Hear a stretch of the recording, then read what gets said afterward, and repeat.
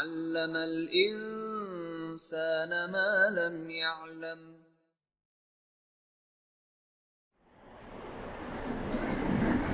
الحمد لله والصلاة والسلام على رسول الله. تعارف علماء اہل حدیث کے عنوان سے منعقد ہونے والی ہفتہ واری مجلس کی یہ دوسری کڑی ہمارے سامنے ہے. پچھلی کڑی میں جو باتیں آپ کے سامنے رکھی گئی ان کا خلاصہ یہ ہے کہ ہندوستان میں اسلام بالکل ابتدائی صدیوں میں داخل ہو گیا. یعنی سیدنا عمر بن خطاب رضی اللہ تعالیٰ عنہ کے دور خلافت میں 15 ہجری نبی صلی اللہ علیہ وسلم کی وفات کے 4 سال کے بعد یا چوتھے سال یہ جو ابتدائی عہد ہے اس میں اسلام صحابہ تابعین تبع تابعین اور عرب تجار اور ائمہ اور محدثین کے ذریعے سے یہاں آیا ہے. اس بنیاد پر یہ بات متعین ہے کہ عمل بالحدیث تھا. کتاب و سنت اس وقت تھی اور اس پر لوگ عمل چل رہے تھے. تقلید کا آغاز تو بعد میں ہوا. یہ ابتدائی عہد ہے اسلام کے آنے کا ہندوستان میں. پھر افغانستان کے راستے سے حکمرانوں کے واسطے سے اسلام آیا. اب یہاں تقلید کا رواج ہوا اور تقلید کا دور تھا. یہ سلسلہ دراز رہا ہے. مسلسل بیچ میں بعض سلاطین حکمراں ایسے ہوئے کہ جو متبع سنت تھے, سنت کی اتباع کرنے والے تھے, لیکن ان کے اثرات زیادہ سماج اور معاشرے پر مرتب نہیں ہو سکے. یہاں تک کہ 12ویں صدی ہجری میں شاہ ولی اللہ محدث دہلوی رحمہ اللہ کی پیدائش ہوئی. شاہ ولی اللہ کی پیدائش 1114 ہجری میں ہجری کیلنڈر اور عیسوی کیلنڈر کے اعتبار سے 1703 عیسوی میں ہوئی ہے. تو کبھی 2022 میں ہم ہیں 1703. تو تقریباً 4 صدیوں پہلے ان کی پیدائش ہوئی ہے. 11 سے 14 ہجری میں پیدائش اور وفات 1176 ہجری میں. تو 60-69 سال کی عمر انہوں نے تقریباً پائی. پچھلے درس میں یہ بات بھی بتائی گئی آپ کو کہ اسی زمانے میں ملک عرب میں محمد بن عبد الوہاب رحمہ اللہ کی پیدائش ہوئی ہے. تو ان کی جو پیدائش ہے وہ 1115 ہجری میں, یعنی شاہ ولی اللہ سے وہ 1 سال چھوٹے, لیکن عمر کے اعتبار سے 30 سال تقریباً بڑے. یعنی انہوں نے تقریباً 60 سال کی عمر پائی ہے شاہ ولی اللہ نے, اور محمد بن عبد الوہاب رحمہ اللہ نے 90 سال کی عمر تقریباً پائی ہے. 1206 ہجری میں ان کی وفات ہوئی. لمبا زمانہ پایا, لمبی عمر پائی. ان کے کام کرنے کا طریقہ الگ ہوا, تو شاہ صاحب کا جو کام کرنے کا طریقہ ہے وہ الگ ہوا.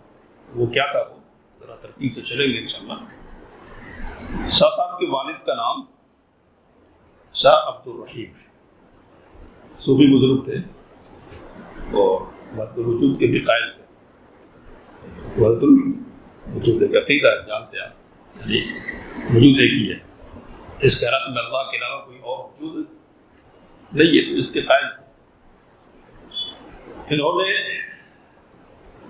دہلی میں ایک مدرسہ قائم کیا اس کا نام مدرسہ رحیمیہ. تو اس مدرسے میں انہوں نے ایک خاص کام یہ کیا کہ قرآن مجید کی متن پر توجہ دلائی طلبا کی، یعنی اصل جو عبارت ہے نا اس پر، اس کو سمجھنے، یاد کرنے وغیرہ. اب ظاہر سی بات ہے کہ قرآن مجید سے تعلق ہوگا تو اس کے اثرات تو نمایاں ہوں گے. تو اثرات نمایاں ہوئے. شاہ ولی اللہ کی پیدائش ہوئی اور 17 سال ان کی عمر تھی کہ ان کے والد کا انتقال ہو گیا.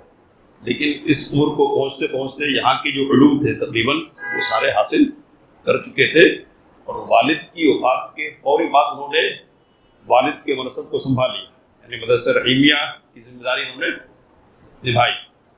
12 سال تک وہ یہ کام کرتے رہے. پھر اللہ تعالیٰ نے دل میں حج کا شوق ڈالا اور حج کے لیے 1131 میں تو وفات ہوئی والد کی، اس کے 12 سال بعد یعنی 1143 ہجری میں گئے اور 14 مہینے تک مکے اور مدینے میں حجاز کے علاقے میں رہے، اور کئی علماء سے انہوں نے استفادہ کیا. شیخ محمد حیات السندی رحمہ اللہ کا ذکر اس سے پہلے ہوا. ان کے خاص جو استاد ہیں وہ ابو طاہر القردی. تو ان علماء سے انہوں نے حدیث کا علم خاص طور پہ حاصل کیا، اور وہاں ہر مسلک کے علماء تھے، وہاں شافعی مسلک کے، مالکی مسلک کے وغیرہ. تو ہر ایک کی کتابیں پڑھائی جاتی تھیں. تو خاص طور پر امام مالک رحمہ اللہ کی موطا کی تعلیم انہوں نے خاص انداز میں وہاں پائی ہے. شافعی عالم سے بھی علم حاصل کیا، انہوں نے خاص استفادہ کیا.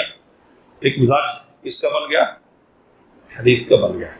اس سے پہلے ذکر کیا تھا میں نے کہ موطا کی شرح لکھی انہوں نے مصفہ فارسی میں، اور عربی میں مصفہ کے نام سے شرح لکھی ہے، شرح ایکسپلینیشن. ان کے صاحبزادے ہیں شاہ عبدالعزیز رحمہ اللہ، ذکر ابھی آئے گا. تو انہوں نے لکھا کہ جب واپس ہندوستان لوٹ رہے تھے شاہ ولی اللہ، تو اس وقت انہوں نے اپنے استاد سے کہا کہ اب میں نے حدیث کے علاوہ سارے علوم کو بھلا دیا. کیا کہا؟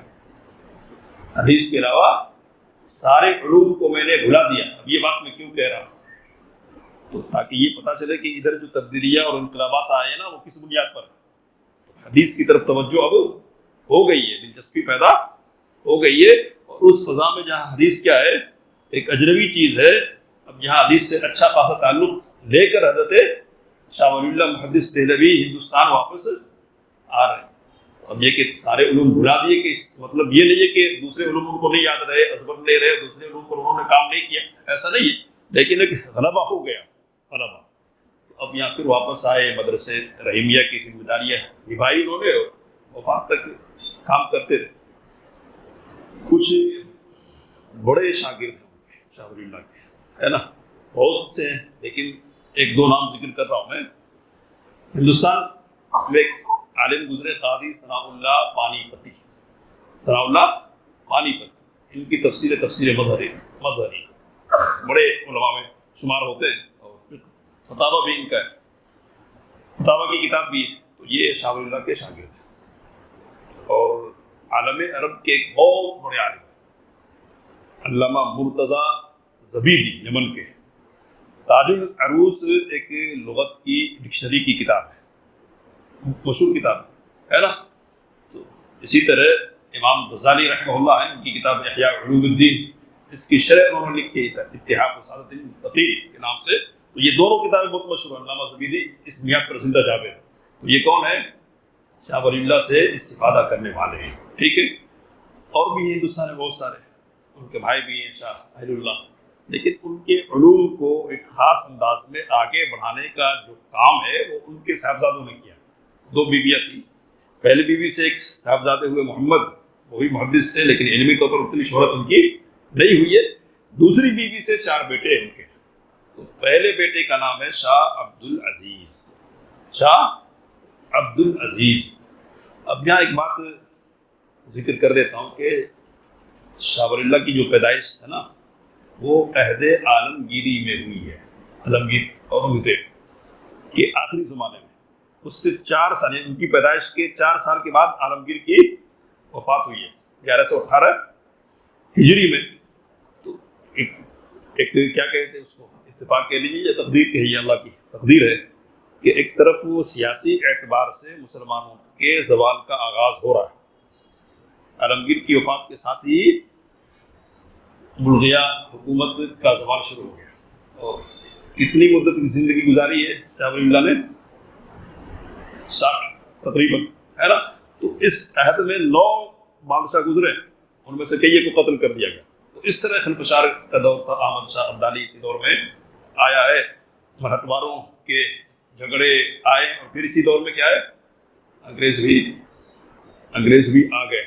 تو یہ پورا دور سیاسی اعتبار سے مسلمانوں کے زوال کا ہے، اور دوسری طرف کیا ہے، علمی اعتبار سے مسلمان اب کیا ہو رہے ہیں، دین سے قریب ہو رہے ہیں، ان کے قریب ہونے کا سامان ہو رہا۔ شاہ عبدالعزیز رحمہ اللہ کا ذکر آیا تو اس لیے میں نے یہ بات کہی آپ کے سامنے۔ کس لیے کہی ہے؟ تو شاہ عبدالعزیز رحمہ اللہ نے ذمہ داری سنبھالی۔ شاہ ولی اللہ کا بھی کام کرنے کا ایک طریقہ تھا تدریس کا، بات و نصیحت بھی کرتے تھے، لیکن ان کے بیٹوں کا بھی طریقہ یہ رہا تدریس کا، یعنی تدریس کے ذریعے سے علماء تیار کیے، ان کے ذریعے سے علم پھیلا، اس طرح سے دائرہ محدود تھا۔ شاہ عبدالعزیز نے ان کی جو جگہ ہے وہ سنبھالی، علمی اعتبار سے، تدریس کے اعتبار سے۔ کتابیں بھی انہوں نے کہہ لکھی، جس طرح شاہ ولی اللہ کی بہت ساری کتابیں۔ تو ایک کی کتاب ہے تحفہ اثنا عشریہ، اس کو خاص طور پہ ذکر کر رہا ہوں۔ یہ کیا ہے؟ تو شیعیت کے خلاف، اور اس کے وقت کے خاص ماحول میں لکھنا آسان بات نہیں، تو شیعیت کے خلاف یہ لکھی گئی کتاب ہے، اور بھی مرجع کی حیثیت رکھتی ہے۔ یہ مرجع سمجھتے ہیں نا، اس کی طرف رجوع کرنا پڑے گا، کوئی مطالعہ کرنا جاننا چاہتا ہے نا شیعیت کو، تو تحفہ اثنا عشریہ عربی میں یا فارسی میں کتاب لکھی گئی۔ اس کتاب کی اہمیت کا اندازہ اس بات سے کیجیے کہ عالم عربی کے ایک بہت بڑے ادیب اور عالم گزرے ہیں، محب الدین الخطیب رحمہ اللہ، سلفی عالم گزرے ہیں، انہوں نے اس کتاب کا اختصار کیا، مختصر تحفہ اثنا عشریہ کے نام سے، ٹھیک ہے؟ تو شاہ عبدالعزیز ایک پہلے بیٹے ہیں، دوسرے بیٹے ہیں شاہ رفیع الدین، ان کا نام تھا عبدالوہاب، تیسرے بیٹے ہیں شاہ عبدالقادر، اور چوتھے بیٹے ہیں شاہ عبدالغنی، 4 بیٹے، ٹھیک ہے؟ شاہ عبدالعزیز بلکہ چاروں نے تدریس کی بھی ذمہ داری نبھائی، لیکن تصنیفی اعتبار سے زیادہ نام کن کا ہوا؟ شاہ عبدالعزیز کا، ہے نا؟ اور شاہ عبدالعزیز کی شخصیت وہ ہے کہ جنہوں نے سب سے پہلے ہندوستان کی سرزمین میں انگریزوں کے خلاف جہاد کا فتویٰ دیا تھا۔ کیا ہے؟ انگریزوں کے خلاف جہاد کا فتویٰ انہوں نے دیا۔ ایک تحفہ اثنا عشریہ ہے، بستان المحدثین ہے، فتاوی عزیزیہ ہے، تفسیر عزیزی ہے، اس طرح کئی ایک کتابیں، تو یہ ایک ہے۔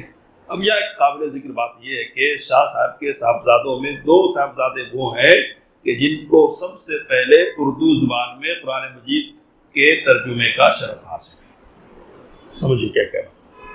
شاہ ولی اللہ کے 2 بیٹے ایسے ہیں کہ جن کو اردو زبان میں قرآن مجید کا ترجمہ کرنے کا شرف حاصل ہے۔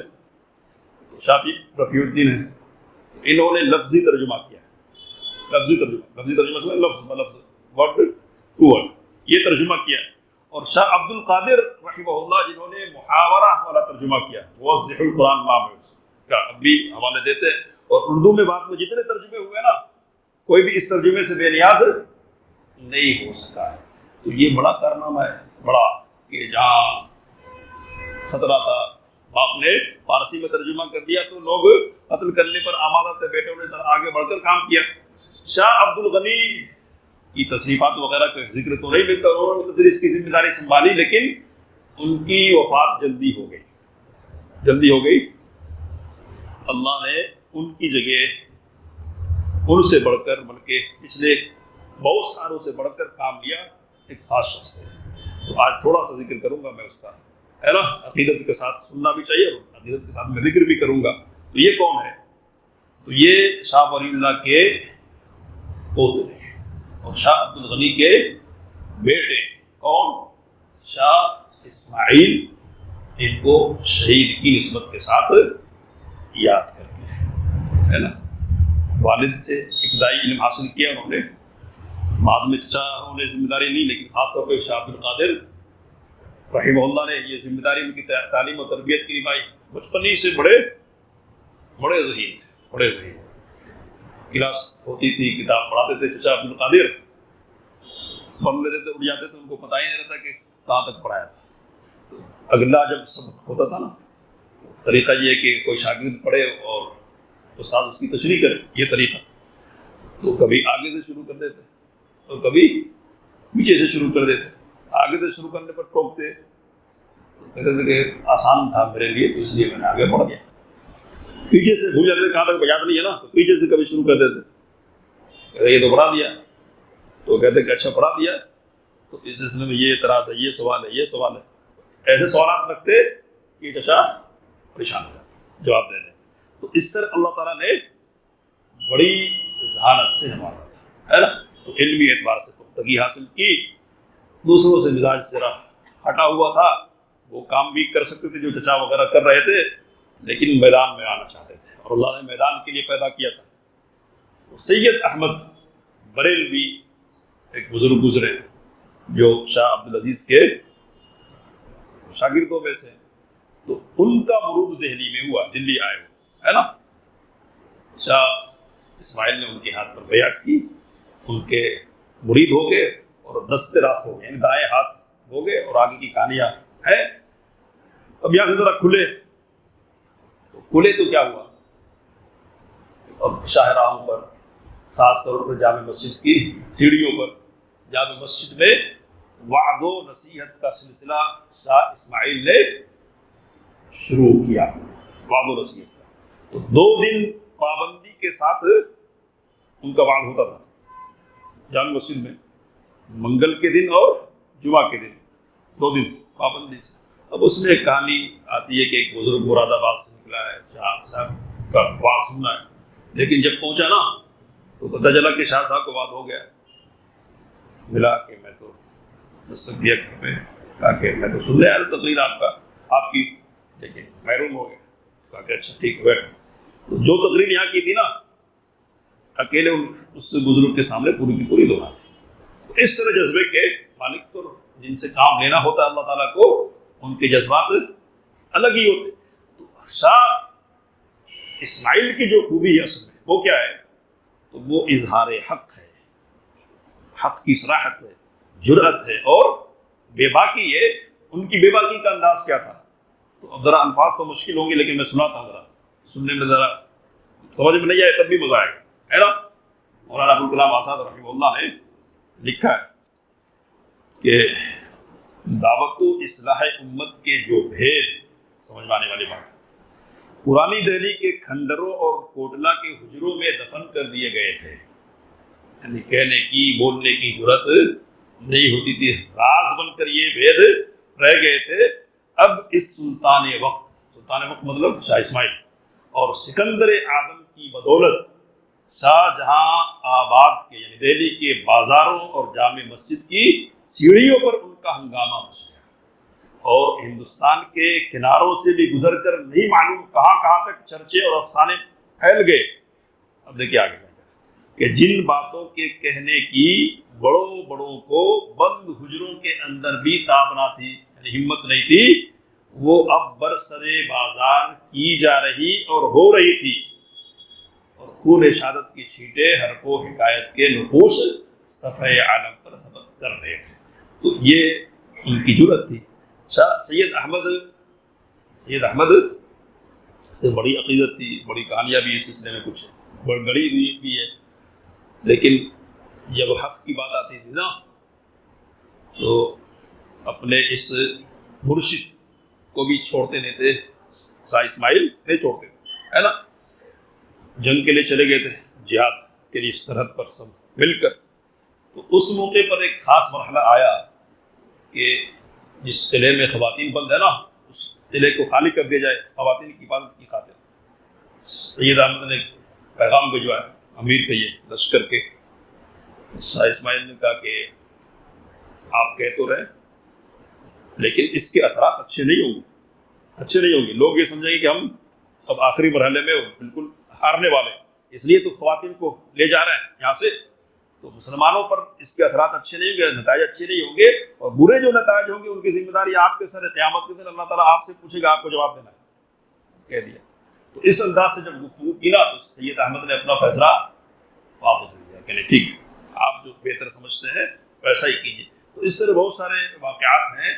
ابھی بس اتنی سی بات کہ شاہ اسماعیل نے جہاد کیا ہو تفصیل انشاءاللہ ہم آگے رکھیں گے. کتابیں بھی انہوں نے لکھی. کیا کیا کتابیں بھی انہوں نے لکھی. تو جو کتابیں انہوں نے لکھی ہے اس میں سے دو کا ذکر صرف میں کرتا ہوں. ایک ہے تنویر العینین فی اثبات رفع الیدین. سمجھ رہے کیا کہہ رہا ہوں؟ تنویر العینین فی اثبات رفع الیدین، رفع الیدین کے ثابت کرنے کے سلسلے میں کتاب انہوں نے لکھی ہے. اب یہ ہندوستان میں جہاں حنفیت کا غلغلہ ہے نا، دبدبہ ہے، وہاں لکھنا آسان نہیں ہے، لیکن شاہ اسماعیل نے یہ ضرورت کی ہے. دادا نے وکالت کی تھی، عمل نہیں کیا، ماحول تیار کیا. اب یہاں ایک بات یہ بھی کہہ دوں کہ ان کے ایک شاگرد ہیں شاہ ولی اللہ کے، انہوں نے لکھا کہ شاہ صاحب کیا تھے، تو کہا کہ وطنی اعتبار سے دہلوی تھے، ہے نا، وطنی اعتبار سے دہلوی تھے، اور مدرسے کے اعتبار سے بھی دہلوی تھے، اور آگے عقیدے کے اعتبار سے اشعری تھے، طریقت کے اعتبار سے چشتی اور قادری اور فلاں فلاں تھے، اور عمل کے اعتبار سے حنفی تھے، اور تدریس کے اعتبار سے شافعی تھے. یہ خاص طور پر ذکر کر رہا ہوں.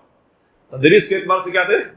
شافعی. یعنی پڑھاتے کچھ تھے، عمل نہیں کرتے تھے. کیوں نہیں کرتے تھے؟ تو ایک کہانی سنائی تھی میں نے پہلے، پھر کبھی سناتا ہوں انشاءاللہ. کیوں نہیں کرتے تھے؟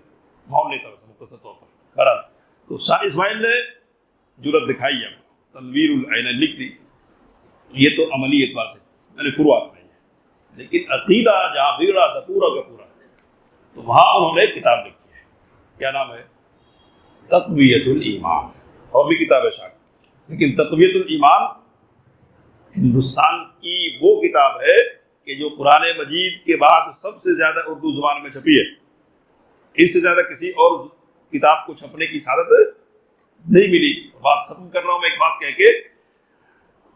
غلام رسول مہر عالم گزرے ہیں، مشہور اردو کے بڑے رائٹر ہیں.